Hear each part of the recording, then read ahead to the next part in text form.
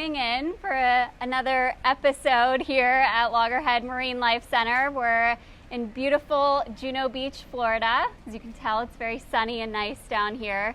I hope you guys are doing well. My name is Sarah, and I am a biologist here at Loggerhead, and I am one of the researchers that goes out on the beaches and studies our wild population of sea turtles here.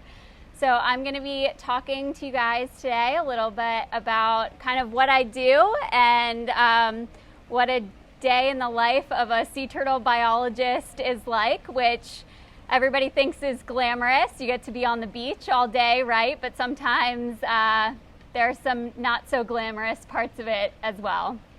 So our research facility here is very lucky. Juno Beach hosts nesting for 3 different species of sea turtles, and our density here is amazing, which allows us to do a lot of really cool research on these animals, which of course our goal is always to help understand these animals so that we can protect them. So our days start out very early in the morning. We're all up and on the beach before sunrise, and we go out and we look for turtle tracks on the beach. So if you guys have tuned in to some of our other live videos, you've kind of seen what that looks like. So the turtles come up on the beach, and we can distinguish each of the different species by how they crawl. And then if you listen to Casey's talk yesterday about the 7 different stages that a sea turtle goes through when she's nesting, we can actually read those signs in the sand, and that helps us determine what that turtle did the night before.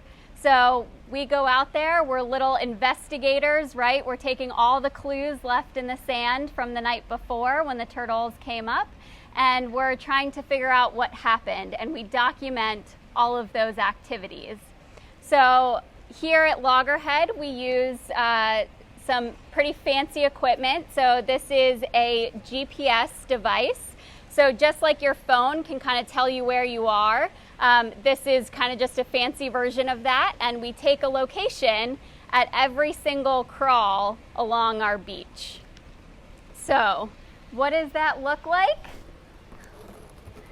If you look at our map from a few years ago, every single one of those points is a sea turtle crawl along our beach.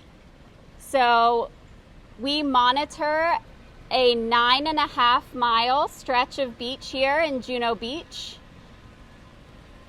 and we document each one of those crawls and take a point at each one.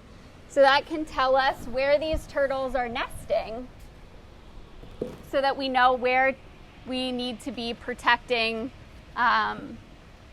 these eggs that are in the ground. So we go out, right? We document all of the new crawls from the night before, and then we also check on our existing nests. So if you saw from that map, there were a lot of points on there, right? So last year we had close to 21,000 nests on our 9.5 miles of beach. 21,000. Just take that in for a minute. It's kind of hard to picture, right? So it actually ends up being a nest every 3 feet. So every 3 feet that you walk, there's another sea turtle nest.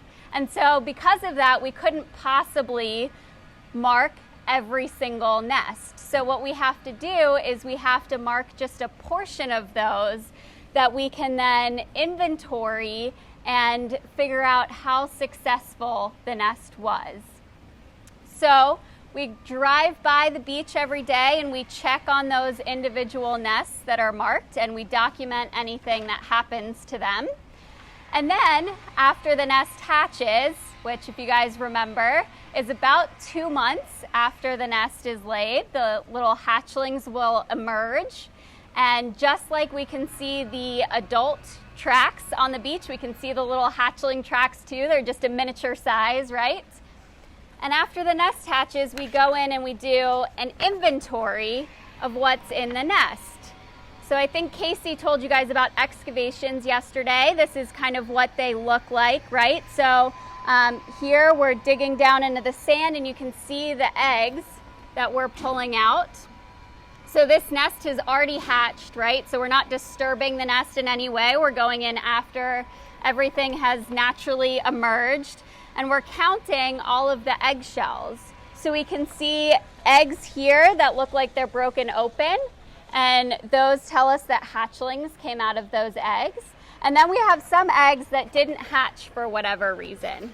And so we can calculate how successful the nest was, and we can actually kind of figure out how many hatchlings came out of this nest.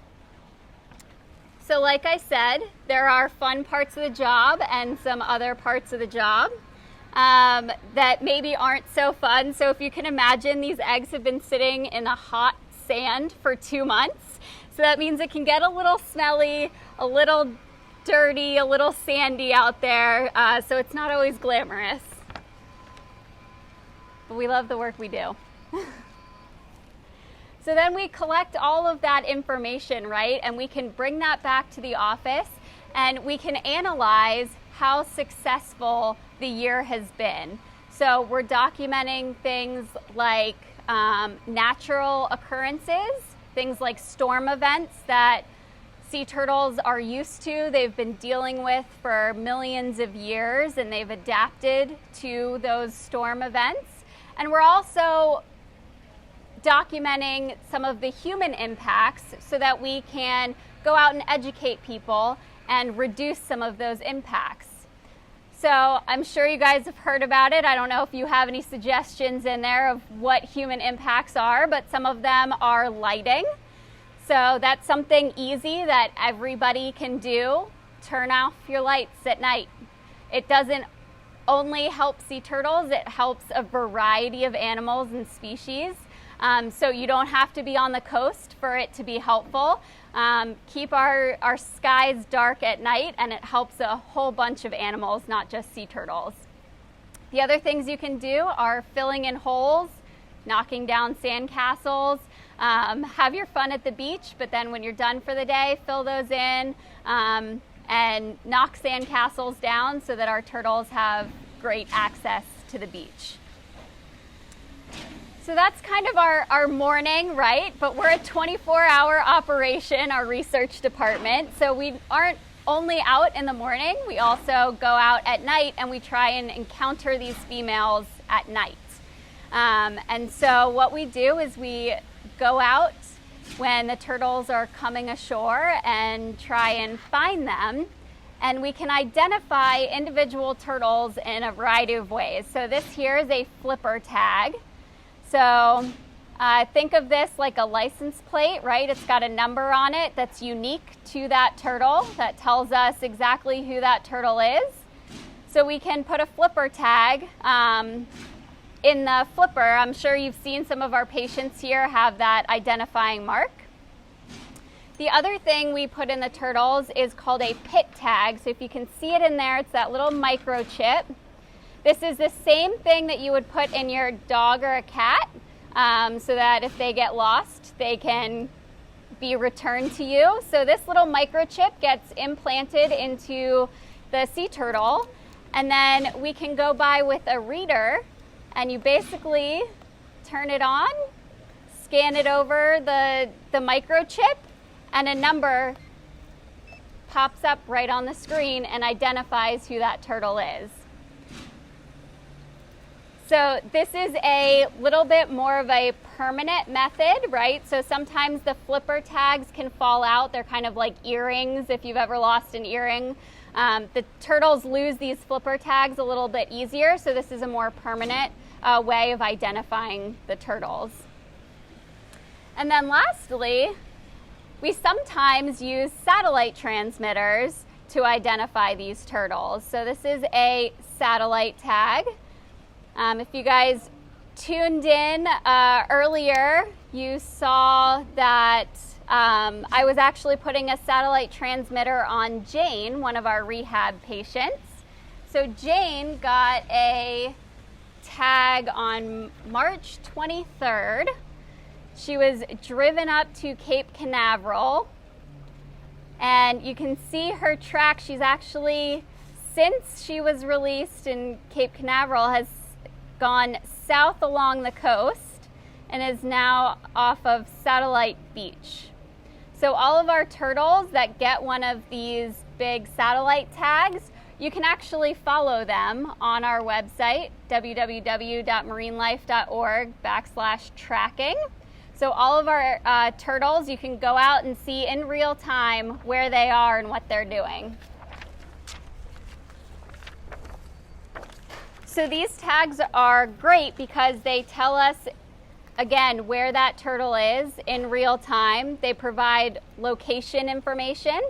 So these other tags, you actually have to see the turtle in order to document where that turtle is, whereas with this tag, it's sending all of that information to the satellites and then down to us so that we can see where that turtle is and where it's swimming in the ocean. So we go out, we identify these animals, right? And we also collect as much information as we can from them. So we want to measure the turtles. We want to, take blood from these turtles, get genetic samples so that we can figure out who these turtles are, maybe where they've been foraging. So there's all sorts of information that we can collect while we're out on the beaches at night. So that kind of pretty much sums up our day and nights that we do here. So if you guys have any questions, I'd love to answer any questions for you. Awesome. So we've been getting this question a lot. We actually have some people tuning in from Hawaii, and they want to know what is the top species that nests on our beaches. That's a great question. So here in Juno Beach, the loggerheads are the most common species that nest on our beach by far, by a magnitude of 1,000.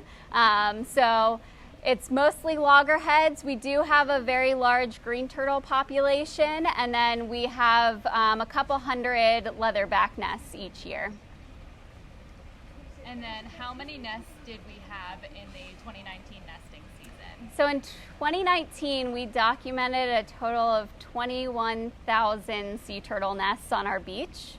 And if you tuned in yesterday, you heard about false crawls. So sea turtles don't always nest when they come up to the beach. Sometimes they turn around without nesting.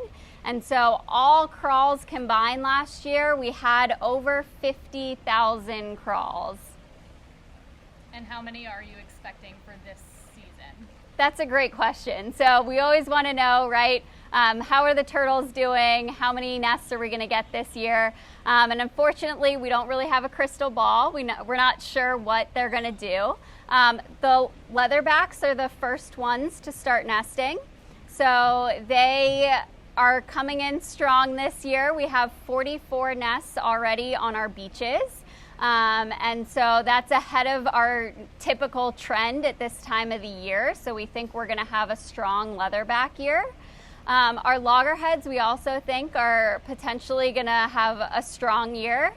And then our green turtles actually nest in an alternating high-low nesting pattern. So last year they had a very high year.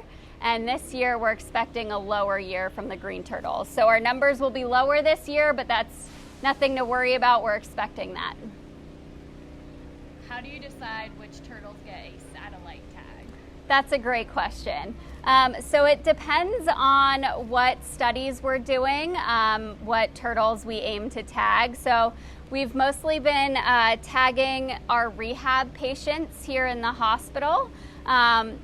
This summer, actually, we're going to start a new research project where we're actually going to go out and try and put these tags on nesting loggerheads. And the goal of that project is to be able to determine how many nests an individual turtle lays in a season. So we know that turtles lay multiple nests, right? So when you say that we have 21,000 nests on our beach, that does not mean that we have 21,000 females nesting, because if a single female will lay multiple nests. And so the goal of the study is to figure out how many nests do these turtles lay, And that will help us figure out how many females are actually in this population. So one of the basic things you need to understand when you're trying to protect a species is how many of them are out there, right? You can't protect something if you don't know what your numbers are. So we'll be going out and selecting loggerhead turtles that come up early in the season so that we know we are tagging them on their first nesting event. And then we will kind of see where they go throughout the season. So unfortunately, these tags are quite costly. They're a couple $1,000s, so we can't put a tracker on every single turtle that we have. What happens if the tag falls off? That's a great question. So we do have tag loss. Like I was saying, these guys are kind of like earrings and they kind of fall out. Which is why we also use the pit tags to identify individual turtles. These satellite tags are applied with an epoxy, and we actually anticipate that they will fall off. We don't expect these to be on the turtle for the rest of their life. So we just want to get if we can get 6 months to a year, maybe a little longer, we're happy with that. Is there any sort of data on the worldwide population, how many of each species there are, or is it kind of estimate? Yeah, so it's one of those questions that we're trying to answer, and I don't think we have a full grasp on it yet. They've divided up these populations into different management units to try and help us protect certain areas. And so while some populations, let's say in the Pacific, specifically for leatherbacks, let's say, their population is crashing. So they're not doing great. We're not really sure why, and there are a lot of people working to answer that question and to fix that.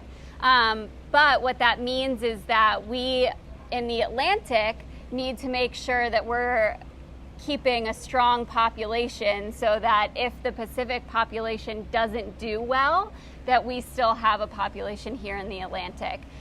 So worldwide numbers, I can't give you an exact one. It's one of those things we're still trying to answer. When does the official nesting season begin? That's a great question. So here in Palm Beach County, Florida, our nesting season officially goes from March 1st to October 31st. However, turtles don't look at a calendar. They don't know what date it is. So we oftentimes have turtles here in February, and we actually have nests that are hatching into November, even December sometimes. So our season can run kind of long and is almost a year-round job. And depending on where you are, so that's here in Palm Beach County, Florida, because we have the 3 different species, the leatherbacks, the loggerheads, and the green turtles that are nesting here. If you go to other places, even in Florida or around the world, those dates are going to change depending on what species are nesting there. Sarah, could you tell us a story about a nesting mama that you've encountered on the beach during your survey? Yeah, sure. It's hard to pick just one. There are so many cool stories. So we had, can I tell you 2? So we had a turtle 2 nights ago. We actually tagged her for the first time last year. We named her Snail because she was really slow, kind of crawling up the beach, and she made us wait a while for her to kind of do her thing. So it's not typical to see leatherbacks nest in consecutive years, so it was really cool to tag Snail last year and then see her again 2 nights ago.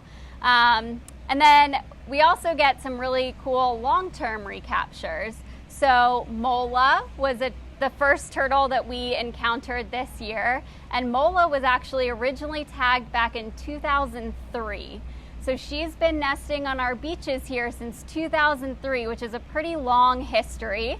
If you think about it, they have to be 15, 20 years old before they're sexually mature and can reproduce. And so that means that this turtle is maybe my age or even older, which is kind of cool to think about.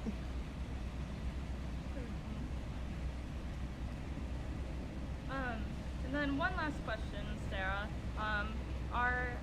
Our viewers want to know, are they able to adopt the tracking turtles? Yeah, so that's a great question. We unfortunately don't have an adoption program set up for the tracked turtles for our nesting beach. But with that said, you can always donate and have your funds go towards a specific tracker. And here you can always adopt our cute little friends here, right? So this is Intrepid. Oh, he just swam away. He doesn't like me anymore. But you can always adopt our patients here and help give them another meal. And we have an Adopt a Nest program, right? We do, yes, thank you. So we do have an Adopt a Nest program. So some of those nests I was talking about that we mark, you can actually adopt that nest, and then when we go in and do those inventories, we'll actually let you know how successful your nest was at the end of the season.